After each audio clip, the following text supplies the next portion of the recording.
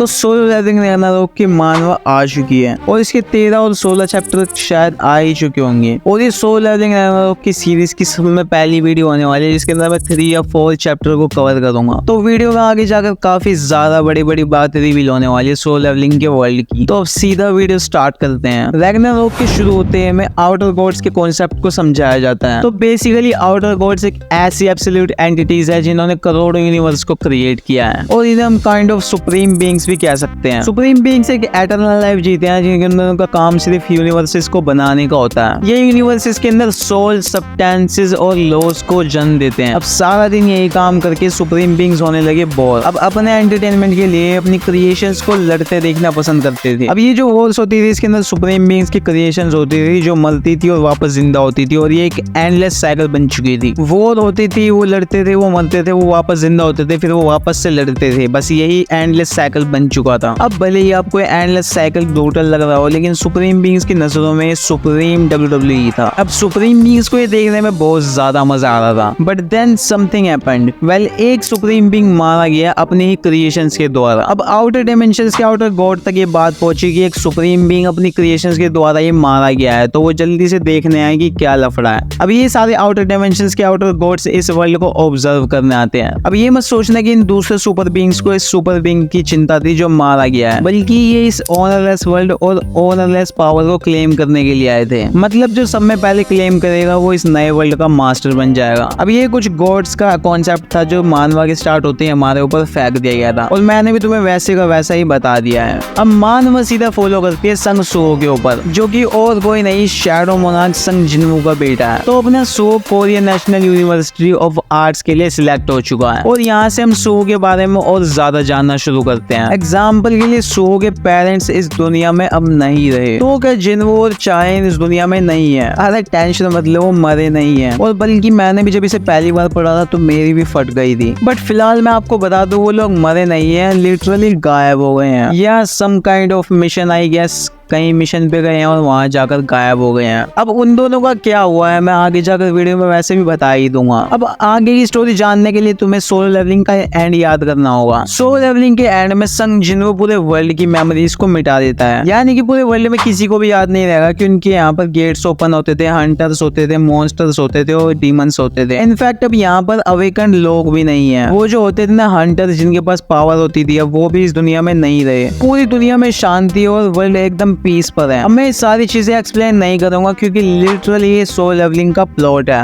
अब जैसा मैंने आपको बताया कि सोलो लेवलिंग के एंड के अंदर गेट्स खुलना बंद हो गए थे, वो इसलिए बताया क्योंकि सोलो लेवलिंग रैग्नारोक के स्टार्ट के अंदर ये वापस से होने लगा है। पिछले 1 साल से गेट्स ओपन हो रहे हैं, उनके अंदर डंजन्स थे और ऑफ कोर्स उनके अंदर से मॉन्स्टर्स निकल रहे थे और इसके साथ साथ कुछ लोग अवेकन भी होने लगे। मतलब हम कह सकते हैं कि लिटरली पूरा सोलो लेवलिंग के स्टार्ट में जो होता था वो इसमें भी हो ही रहा है। तो अब यहाँ पर भी हंटर्स एसोसिएशन खुल चुका, गेट्स ओपन होते हैं और उन गेट्स को रैंक किया जाता है कि कितना पावरफुल गेट है। गेट की रैंक के हिसाब से हंटर्स को भेजा जाता है। उन्हें कुछ टाइम के अंदर उन्हें खाली करना होता है डंजन्स को, वरना डंजन ब्रेक हो जाएगा और उसके मॉन्स्टर्स बाहर आ जाएंगे।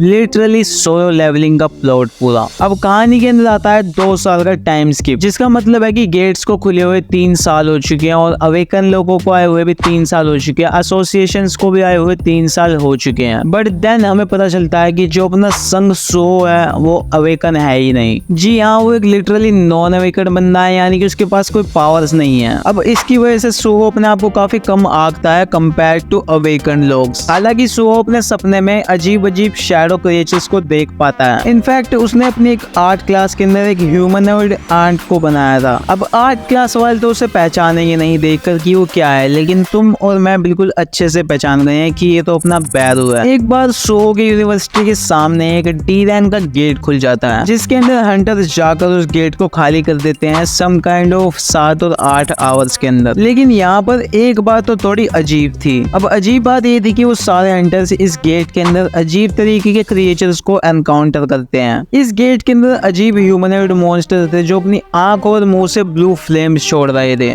और देन वो अपने क्लोथ से अटैक कर देते हैं, मतलब छीलना और काटना। और तो वो इतने लीथल मॉन्स्टर्स नहीं थे। अब हंटर्स उन्हें हरा के आए थे तो उनकी बॉडी पर पर स्क्रैच होना तो आम बात ही है, बट देन ये स्क्रैचेस मामूली नहीं थे, इनके अंदर लिटरली ज़ॉम्बी इफेक्ट था, जिसका मतलब है जितने भी हंटर्स बाहर आए वो बाहर आकर ब्लू फ्लेम्स वाले मॉन्स्टर्स में तब्दील हो गए हैं। देन तभी कुछ सेकंड्स में हंटर्स बन गए मॉन्स्टर, फिर वो मॉन्स्टर ह्यूमंस पर अटैक करने लगे, फिर वो ह्यूमंस भी मॉन्स्टर्स बन गए। मतलब एक तरह से वहाँ पर काइंड ऑफ ज़ॉम्बी अपोकलिप्स हो गया था। अब वहाँ पर चारों ओर मच गई अफड़ा तफड़ी और वहाँ पर सूहो भी फंस गया था, क्योंकि वो भी अपनी यूनिवर्सिटी जा ही रहा था। अब भागते भागते सूहो के सामने एक चॉइस आती है। चॉइस ये कि सूहो अपने सामने वाली लड़की को जाकर खुद से बचाए या तो वो दूसरे हंटर को बुला के लाए जो उस बच्ची को बचाए। फर्क सिर्फ इतना था कि सूहो जब तक जाकर किसी हंटर को बुलाकर लाएगा जब तक बच्ची बचाने को बचेगी ही नहीं। तो अब हमारा सूहो चूज करता है कि वो खुद जाकर उस बच्ची को बचाएगा हीरो की तरह, और तो उसके पास कोई पावर्स नहीं है। और यही मोमेंट होता है जब सूहो के सामने एक स्क्रीन आ जाती है जो एक टाइम पर जिन्हो के सामने आई थी। जी हाँ, सूहो को यहाँ पर एक क्वेस्ट कंप्लीट करना था जो था करेज ऑफ द वीक। सूहो को अक्सर सपने आते थे जहाँ पर उसे लेवल अप करना पड़ता था टू ग्रो स्ट्रॉन्गर, और वहाँ पर वो मॉन्स्टर्स को मारता था और मॉन्स्टर को मारकर वो फाइनल फ्लोर तक पहुंचता था और फाइनल बॉस वहाँ पर उसके डैड ही होते थे। नाउ कमिंग टू रियलिटी, सूहो अपने सामने वाली क्वेस्ट को एक्सेप्ट कर लेता है और ऐसा करते ही वो बन गया है गेम का प्लेयर। और ये सब तो आपको पता ही होगा कि कैसे काम करता है, नहीं यार तो बता दो कि गेम लेवलिंग अप का है, जहाँ पर सूहो की कोई लिमिट्स नहीं है पावर की, जहाँ पर सूहो को टास्क मिलेंगे और वो टास्क को कर कर कर स्ट्रॉन्गर बनता जाएगा और इसकी कोई लिमिट ही नहीं है। इनफैक्ट वो सोलो लेवलिंग करेगा बिल्कुल ठीक जिन्हो की तरह। सूहो वहाँ पर काफी सारे मिस्ट बन मॉन्स्टर्स को हराता है, लेकिन उनमें से एक मॉन्स्टर था जो लिटरली सी रैंक के हंटर को इन्फेक्ट करके बनाया गया था। देखा जाए तो ये हो गया है सी रैंक अवेकन मिस्ट बन मॉन्स्टर। अब वो सी रैंक है तो ऑफ कोर्स वो पावरफुल होगा ही। वो मॉन्स्टर सूहो को अच्छी टक्कर देता नहीं है, वो उसे बुरी तरह पेल देता है। उसके रैश तो करा ही करा, अब उसकी हालत ऐसी कर दी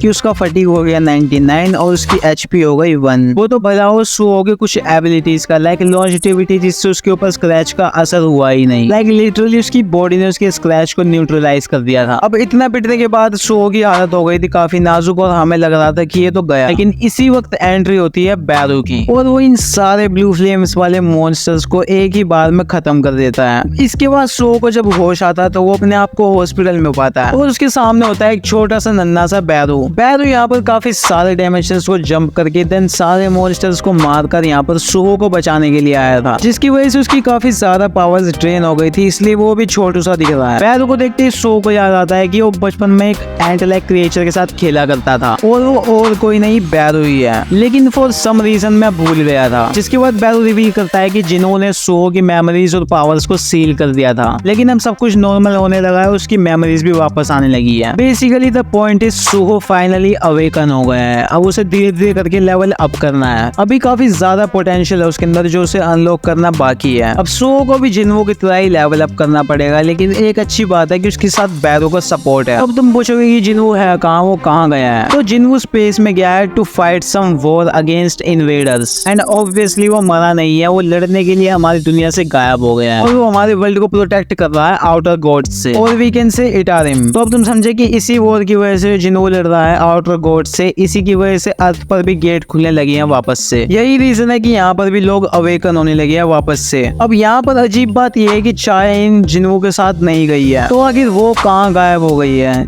इसका जवाब बैरू के पास भी नहीं है। जिसका मतलब ये है कि सूहो को पता लगाना है आखिर चाइन है कहाँ। इतना ही नहीं, उसे साथ के साथ लेवल अप भी करना है, क्योंकि लौंडा अभी ई या डी रैंक पर ही होगा, मेरे ख्याल से तो ई रैंक पर ही है। तो अब जिन्हो की फाइट स्पेस में हो रही है और वो हमें देखना बाकी है वो आखिर कैसी फाइट और किस लेवल पर वो फाइट हो रही है। और चाइन भी गायब है, जिसे ढूंढने की रिस्पॉन्सिबिलिटी सूहो को दी गई है। तो अब यहीं से सूहो की जर्नी भी स्टार्ट होने वाली है इस न्यू मानवा के अंदर। और तुम्हें बता दो कि इस वीडियो के अंदर मैंने 3 से 4 चैप्टर ही कवर किए हैं और इस मानवा के 13 चैप्टर आ चुके हैं और बाकी के चैप्टर भी मैं कवर करने वाला हूँ अपनी नेक्स्ट वीडियोस। तो अगर तुम नए हो तो सब्सक्राइब करना भूलना मत, क्योंकि वीडियोस और आने वाली है 100 लेवलिंग के ऊपर। I will see you guys in the next one. जब तक के लिए बाय बाय।